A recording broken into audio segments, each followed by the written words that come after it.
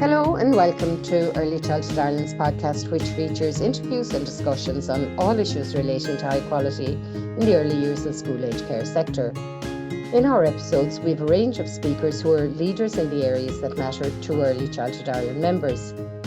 This podcast series is proudly supported by Aricus Insurance, which offers a comprehensive range of cover at discounted premiums for both business and personal insurance products. So visit www.aricus.ie for more information. I'm Maura Corbett and I work with Early Childhood Ireland. Over the past couple of episodes, we've been talking about Aistear, the Early Childhood Curriculum Framework, which was, as people know, initially launched in 2009 and updated last year in 2024.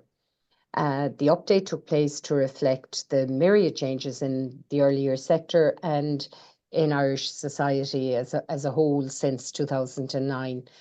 So if you've been listening to the series, you'll know we're taking a closer look over the various episodes at some of the key changes and hearing from various people to talk about their views on different aspects of the changes and the implications for practice.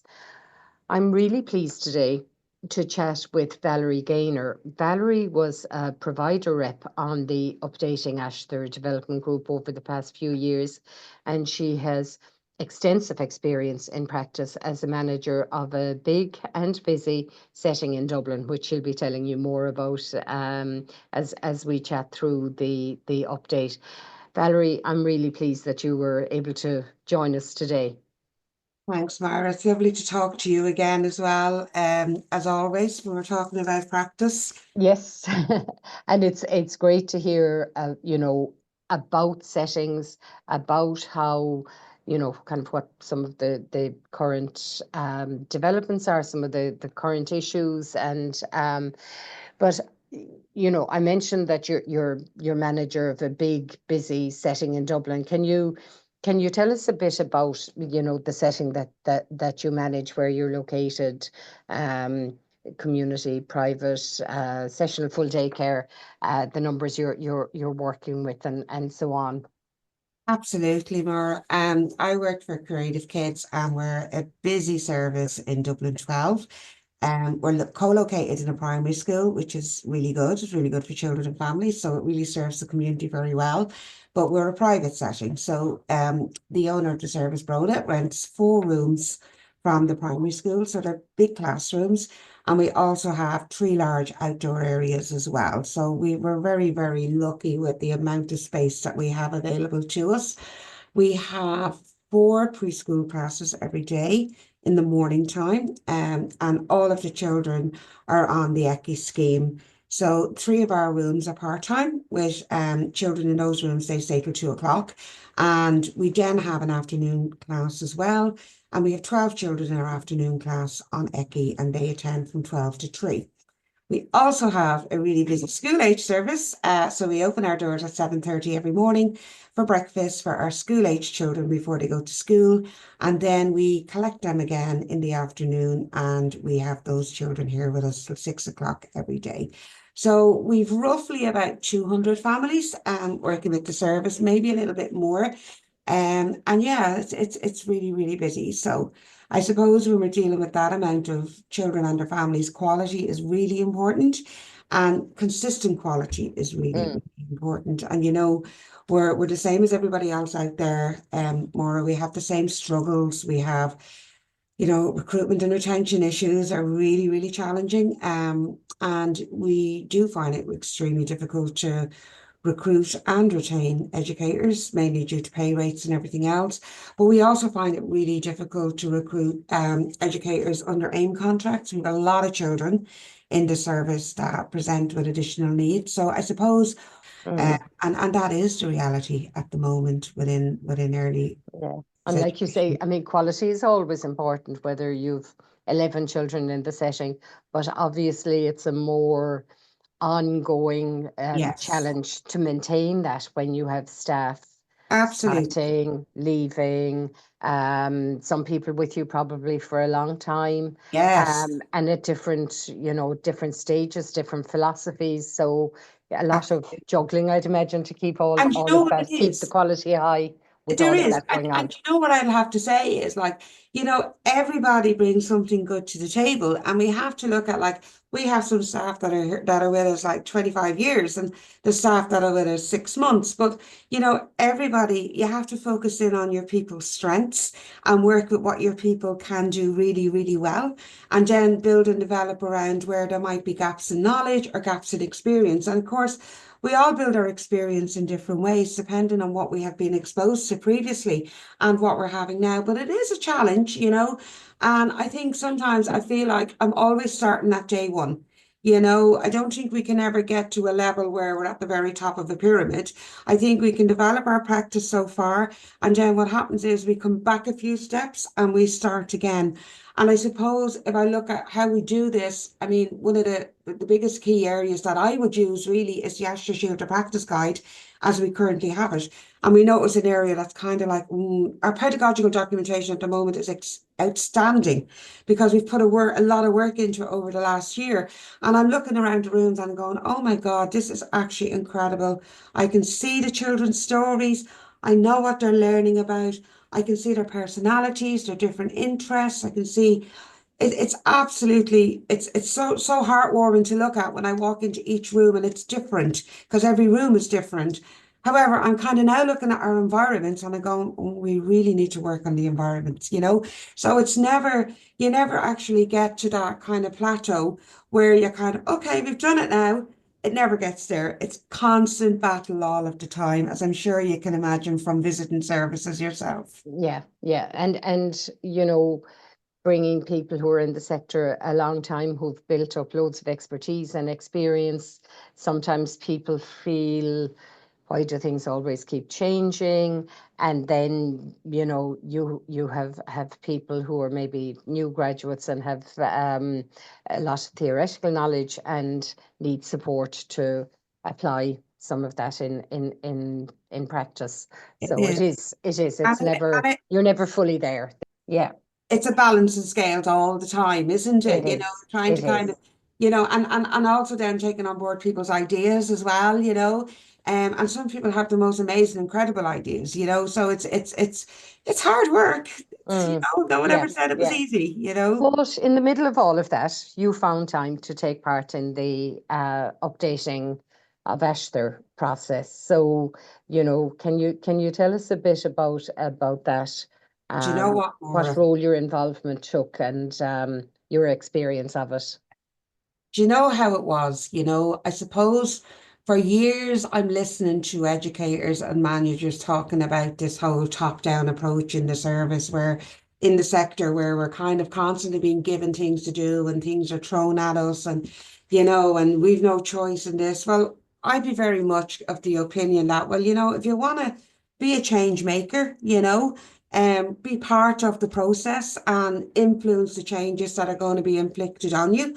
And I see that as a positive thing. So when the opportunity came along to input into updating Aistear, I was there. And the reason why I was there, I'd had the opportunity to be involved in the update, in the redevelopment of the primary school curriculum. And one of my reasons for getting involved with that was because I just felt the voice of Aistear was lost in the primary school system. And I was really interested in exploring that and looking at, that whole Aistear hour thing that was happening in the primary school sector. And I wanted to learn more about that. So coming on from that anyway, when the updated Aistear itself came along, I went, I really want to be part of that because I live in the real world. And I'm not saying everybody else doesn't live in the real world. I have the utmost respect for all of the academics, and I sat around the table with them and I spoke quite loudly about, well, in real life, this is what happens because I do understand and I do know and I do want theory to underpin everything that we do. However, I also wanted to bring the practical side to the discussions and to talk about, the idealistic view of where children should be and what we should be giving children and what the actual reality is on the ground and what we can do. And I think what was lovely about being involved in it was hearing the voices of everybody. And for me, in practice, understanding on a deeper level the importance of underpinning everything we do with that theoretical knowledge. And it all sounds very kind of like highfalutin academic, But the reality is what we've ended up with is a document that is much more accessible for the educator. It is easier to read.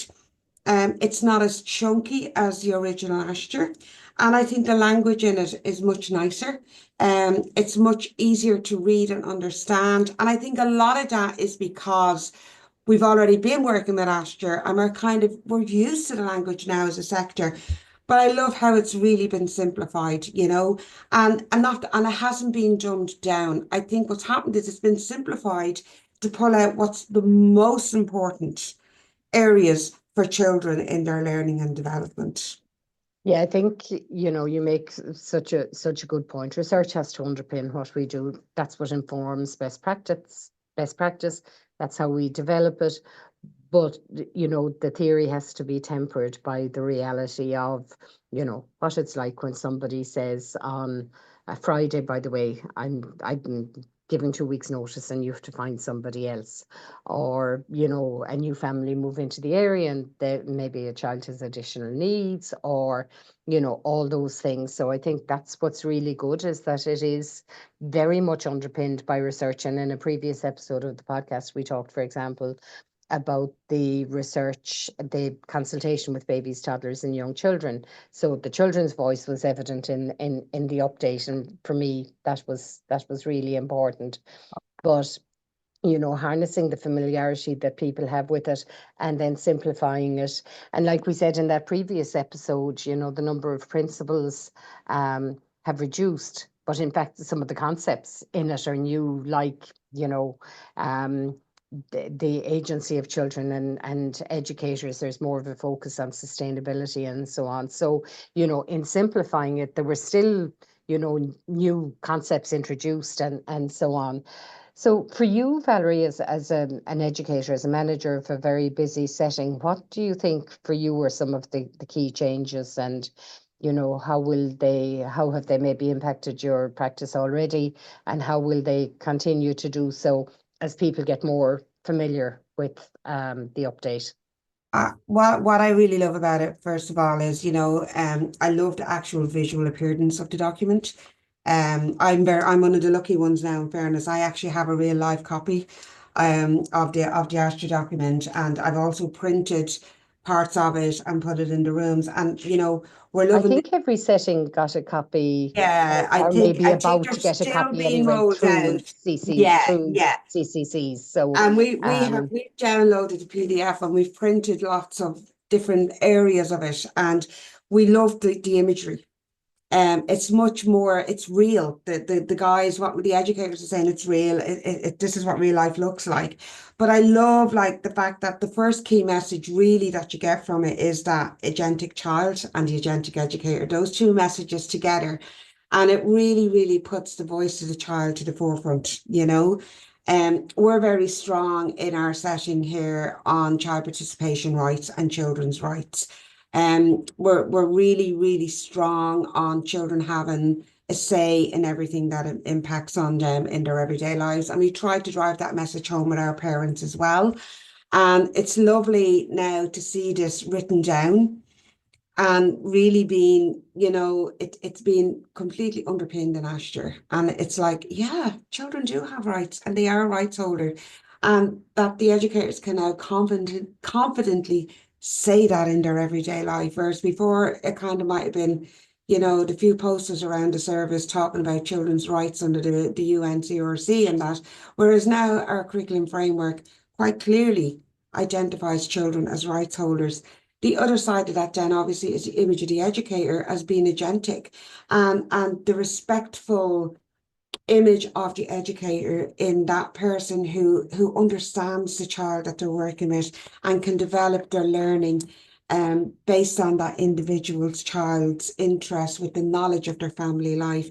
So really bringing the key person to the forefront, which is really, really lovely. And it's something that, we've always spoken about in the sector, is the importance of relationships and the key person approach.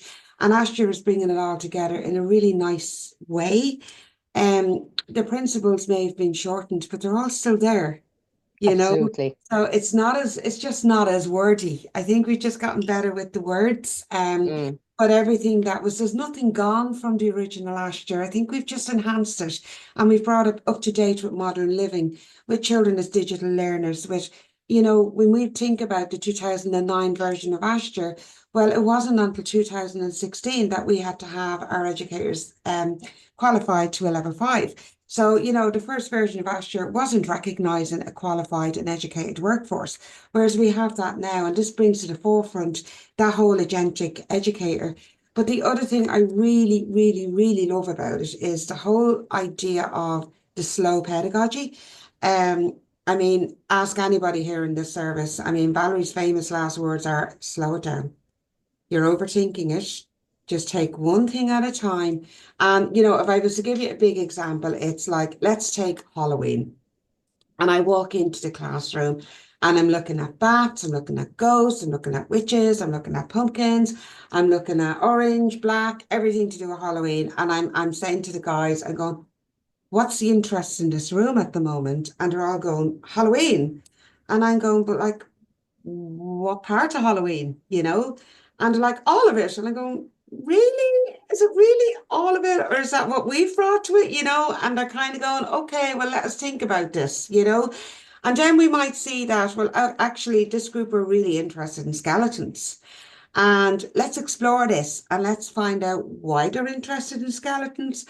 And we find out that they're actually really interested in their bodies, Mm. and how their bodies work and bones. And so when we slow it right back, then we can really get to see what children are interested in. Then we can really begin to explore those interests and just take it one bone at a time, literally. Literally, Whereas, literally. whereas that whole question about Halloween, became really, really important to ask that question, well, what's really going on? And I suppose it also brings me to my other hatred of templates and, I call it tokenistic holiday celebrations. It just, who's it for? Is it because everybody else does it? Is it because it's all we know? Or is it really because the children are interested? Or is it like, what is it here? And there's always room for a little bit of everything, there's no judgment here, but can we use this as a learning opportunity? It's like, do you ever walk by a snail and stop? Because Mm. stopping is really important. And let's have a look at what's going on with the snail. Mm. It looks like he's doing nothing, but if you actually sit and watch him really closely, he's actually doing an awful lot, Yeah. Grab a So magnifying glass. yeah, yeah, and don't ever miss a learning opportunity, is what I would say. So, Mm. get rid of all the Halloween tat and let's bring in that deep and meaningful co-construction of knowledge, when we slow it down. You can't do that unless you slow it down. I think when you slow it down too, you can be more considered and reflective in the questions you ask. When you were talking about Halloween, what came into my head was being in a setting one time, a setting I used to visit on a recurring basis, and there was a little one whose mommy was expecting a new baby during the Easter holidays, and so I was there kind of first week back after Easter, and the educator, very thoughtful, reflective woman, said, "Do you want to tell more of what happened during Easter?" Expecting her to say about the baby, to be fair. Yeah, And the little one said, "It was my birthday." that was more important. Of course, it was more important, So me, and probably all the more important yeah, because, naturally enough, the birthday possibly got somewhat overlooked in the excitement of a new baby. That can happen. But for that child, and being asked that right question in that way, she got the opportunity to say about it being her birthday. Whereas, you could easily, and we've all done it, to tell more about your new baby. I can't remember now, was it a brother or sister? But what what we happened to do. you and to her? It was the fact it was her birthday, and and then having the time to reflect on that answer and kind of then consider the way you might ask that question in future. It has stayed with me 10 years on or whatever. It was really I think powerful. I think it's getting that concept of wondering Mm, into your mind and go, it's like taking the time. I think what happens sometimes is, or a lot of the time, is educators are afraid to be doing nothing. mm, And I'm kind of like, you've no business in children's play. Stay out of it. It's theirs. It belongs to them. They don't need you to ask them questions about mm. what they're doing and why they're doing and what they want to do next. Watch and observe and be curious yourself about what you're doing and say to yourself, I wonder why he's using the bowl and not the cup to pour the sand. And just see that, but don't interrupt display. You could ask him tomorrow and you could say, listen, Johnny, I watched you when you were playing with the sand yesterday, and I watched you using the bowl to pour the sand, and there was a cup right there as well. And I was wondering why you were using the cup and not the bowl. And it's amazing the answers you get because you're actually getting the children to think about their own thinking as well, Mm. and to reflect on their learning. Now, 9 times out of 10, I know from experience, Johnny might say, I was just using the bowl. And he might say that. It was But there. sometimes you get that magical moment, Mm, and he might say, well, you can fit more sand in the bowl, and that's why I was using it. And then we find out, well, there's mathematical concepts that he's mm. developing now playing with the sand. And I didn't know that he intentionally was doing that. And Yeah. that's what gives you the time to reflect as an educator when you actually slow it right down and not want to jump in all the time. And that's what feeds into the pedagogical documentation Yes, that you were yes, talking about earlier. absolutely. Again, how much richer that is when it's coming from the child rather than an adult's And perception of what and to the capture child is those doing. words as well, and to capture the words of the child, because we know, if you're reading a piece of documentation, you can tell the authentic children's words. You can tell the difference. And children say what they see, 9 times out of 10, they're not too polite about it. They're very black and white. They say literally, what they think in that moment. And it's wonderful. And we need to, grasp onto that and run with it and create create the magic is what I like to Mm. say, for the children in that moment. I suppose when I was looking at it again, the other thing I love about the updated Aistear is, the use of the Irish language throughout the document. I'm not a Gaeilgeoir myself, although shamefully I did go to a Gael school when I was small, but what you don't use, you lose. So my cúpla focal are long gone at this stage, but It's I do probably still in there. I in the deep recesses of the mind, Maura, in the deep recesses. But what I do like about this now is that it gives us permission to use the Irish language in a very small but meaningful way. I've been trying because Aistear has always encouraged us to use Irish language in labelling and things like that, and to try and bring it into our practice. However, most people that I've ever worked with in this setting, they don't have the confidence to use the Irish, the cúpla focal that they do know or that they do remember. But this definitely will encourage us to bring more of these words into our services and into our practice. Because I look and I notice like we've 3 girls that work with us from Spain, and we had a girl a couple of years ago from Italy, and they've no problem bringing their own language into the setting and Of labeling things course. in Spanish and in Italian. So we should be able to do that ourselves with our own Irish language. And I look forward to that, going forward as we move into really, embedding it in practice. The other thing I really, really like, I love the parents' guide to the updated Aistear. Myself and Sinead were actually only looking at it earlier on. And again, I was looking at things to print from a parent's point of view. I'm going to email it. I've downloaded the PDF and I'm going to email it to all of the parents. But there's some lovely key messages in there for our educators that will give them the language to be able to explain what they do to parents. And I love that bit because it's written for parents. It's really accessible for everybody. And so my idea is I'm going to print the principles. I might do 1 or 2 a week, for a few weeks and put them in the room so that they get embedded into educators' minds.